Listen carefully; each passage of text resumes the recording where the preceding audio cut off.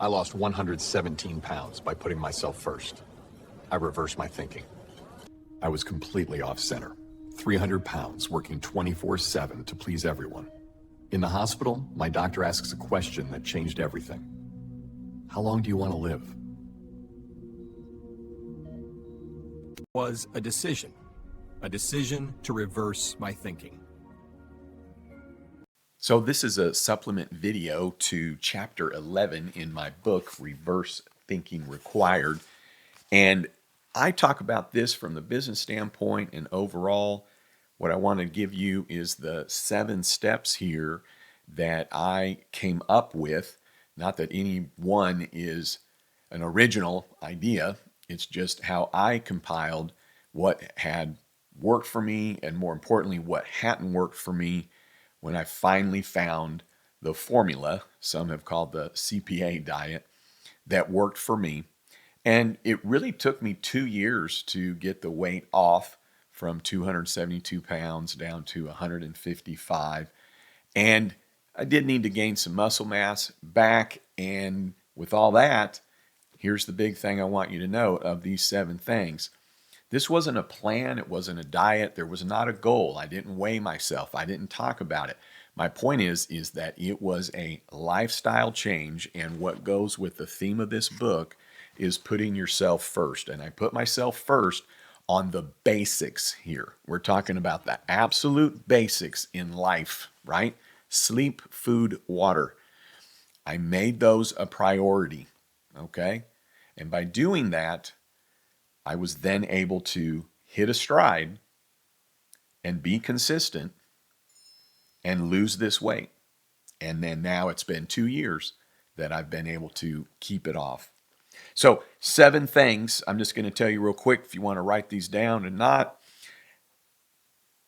Be quiet, put yourself first, get plenty of sleep, don't eat after 8, stop eating when you're full, only drink water.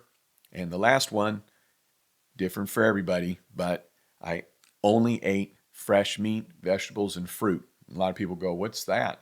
It's single ingredient food. What's that? It's meat. It's vegetables. It's fruit. It's what our, for lack of a better word, ancestors ate for many, many eons before us. And that's just what I did. So I've also got some other videos where I go through this 7 steps in detail. One that's kind of motivational, maybe like what you would expect in the huddle of a football game. But I'll expand just a little bit on these 7 steps is in terms of being quiet is that what I have found for me is that when I got an attaboy and I put on social media and people were like, oh my gosh, you lost 5 pounds. Oh my gosh, you lost 10, 15 pounds. Oh my goodness. Well, you deserve, or well, listen, so what is it that you're doing? Well, make sure that you got to have some healthy carbs. Like, well, listen, you're doing that and you're saying no sugar, but that breaks down the sugar.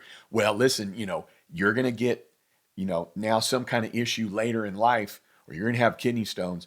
And my point is that everybody thinks they're helping and they are not. Okay. So shut your pie hole and just keep it to yourself. Why does it matter that you lost 10 pounds? So what? Because here's the problem. When you get your attaboy, then you're like, oh, I'm done. Yeah, you know what? I deserve some chocolate cake. I'm just telling you, that's what I did until age 48, 49. Putting myself first on the things below. It was a priority. It's like, well, I'll never let it go more than 24 hours from returning an email with a client. But most days I don't have time for lunch. Okay, that was me. Well, listen, I have got to get a project done. I mean, when I say something's going to be done, then that is when it's going to be done. Okay, so I didn't have time for dinner. That's, 25 years of tax seasons, right? So my point is that I had to put the rest of this as a priority. Oh, you know what? I worked all night and got some projects done. I mean, like, boom, talk about efficient. But I didn't get any sleep, right? So the third thing is sleep. But what I mean by that is that I use that as my anchor.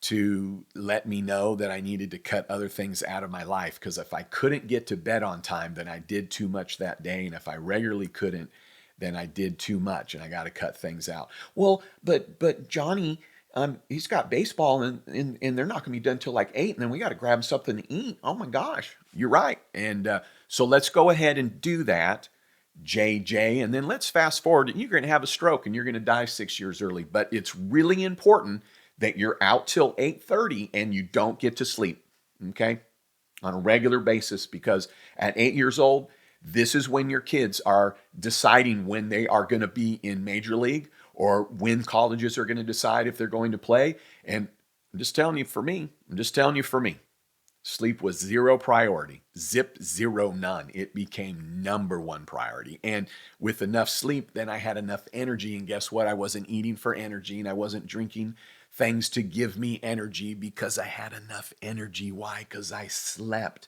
If you don't have enough sleep, you got to eat more. Your body's got to have something, right? The fourth thing was not eating after 8. Nope, it has nothing to do with intermittent fasting, period, the end, zip, nothing. It did everything related to sleep. I didn't want my body digesting food and doing anything other than repairing my body and mentally, relaxing or whatever happens that, with our brains at night. I didn't want my body to be laying horizontal and instead of resting and doing all the other things it does while we sleep, it's having to digest food. And while, again, I'm horizontal, that's why I didn't eat after 8, period. I shouldn't be also digesting and sleeping. Stop when you're full. So you got to eat Oreos and Snickers, and you just got to have burgers, and you got to treat yourself. And there's just nothing you can do. You've had a lifetime of eating Snickers. You're just why stop eating Snickers? No problem. How about you stop eating them when you're full? And how do you know when you're full? Well, do you really need to be entertained by while you're eating? Is eating so boring that you have to watch TV? Is it that you have no time to eat that, the only time I really get a good meal in is while I'm driving from one client to the next. Then I've got some time to really have a good meal. Well, you're paying attention to the road, not eating. You're paying attention to the TV, not paying attention to what you're eating. Well, I got to visit. It's a good time to get together with everybody and visit. Meanwhile, you're stuffing your face. This is me. Stuffing your face, okay, while you're visiting, and on to the next client. It's like, oh, wow, I ate it all. So I just want you to think, how long does it take for you to eat?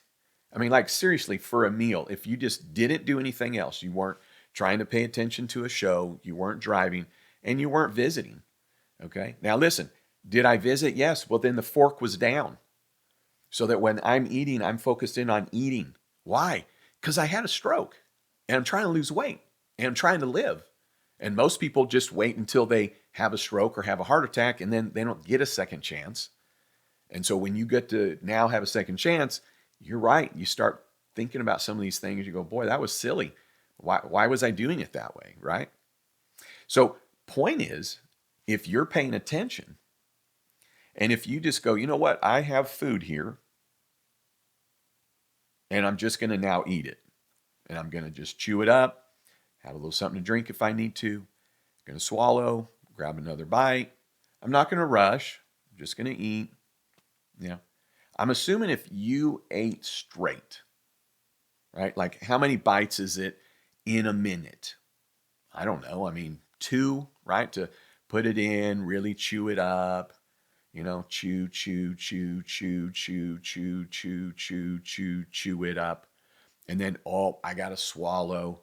I got to take a breath. Okay. So how many bites are you going to have? Right? Well, you should only have enough bites until your body's full. We don't go to the gas station and go, man, I'm celebrating. You know what I'm doing? Get me that 91 unleaded premium. And then you just fill up that gas tank and let it overflow because we are celebrating. Right? Well, that's what we do. I did. So stopping when you're full, your stomach starts to shrink.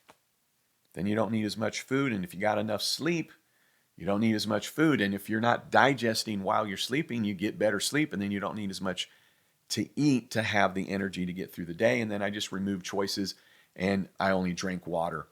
If you need caffeine, okay, have some coffee, whatever. But if you've got to have some caffeine, you can, sprinkle some things in your water. And really then when you get to the last step, which was eating fresh, all the things before that, anybody can do. Anyone can not talk about what they're doing and basically put themselves first. They can get enough sleep. They can stop eating after 8. They can stop when they're full, and they can just drink water. Okay? Anybody can do that. Anybody. So if you're now not going to have the same diet as me and you're going to have some other different diet, well, guess what? You have different DNA, you have a different background, you have different whatever, right? Different psychology, whatever, taste buds, you named it. But the key is that kind of no matter what you're eating, if we're not getting ridiculous here, if you stopped when you're full, right, and you paid attention to eating, probably be okay because all things in moderation. But all I'm saying is once I started eating fresh and I didn't have to read in an ingredient, it said pork, it said beef. And then what I didn't do is distract myself that if for some reason I'm having to eat some deli meat on the run from the corner store, and I'm like, well, but that's got nitrates and that's got, why did I stop doing that? Because that made me implode my diets until I was 49 years old, finally growing up and playing it serious. Well, that right there is going to break down the sugar. You can't have enough strawberries. You can't. No. Did you measure food? No. What do you mean you didn't measure food? Listen, if I'm going from eating Cheetos and Snickers and Diet Coke and Coke Zero and milkshakes and big old burgers, call it a double, and fries and onion rings, and I'm going from eating total crap, eating terribly, I'm not going to sit around and worry about eating too many strawberries or, did I have too much meat? Because you know what I'm doing? I'm paying attention to when I'm full. And if I'm paying attention to when I'm full, then I'm not going to eat enough meat. I don't need to pre-measure and make it difficult. This is for me. This is for me. Okay?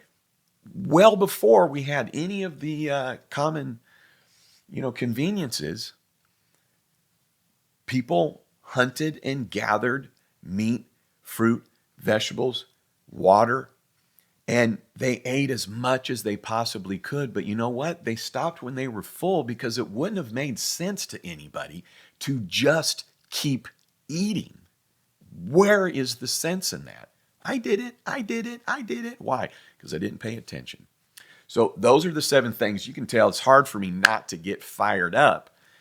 And it's because you're hearing me talking to myself. After 30 days, this got pretty easy. After 60, there was no turning back. And I can tell you right now, if I have just a corner of something, piece of cake, it's disgusting. It is disgusting. You know what I crave? Fresh stuff. I crave it. Tastes way better. There's not one thing that somebody has put ingredients together that I would pick over fresh. Not ever. Tastes like crap. It is crap. It's not what I do. Now, I got 7. Okay. You could do the 6. You don't want to do water? Okay. Well, you can do the 5. And there you go. All right. Hey, so if you want to continue into the journey, there's a link to a playlist here at the end and below. And I'm walking you through my reverse thinking required, which is kind of walking through my story of having a stroke. But listen, right off the bat, it's what I did wrong and how I improved my life and how I had to put it upside down so that I put myself first, so that I would live, so that I would lose weight, so that I would be doing what I'm best at to then be the best that I can be for all those people around me. So hopefully that was helpful.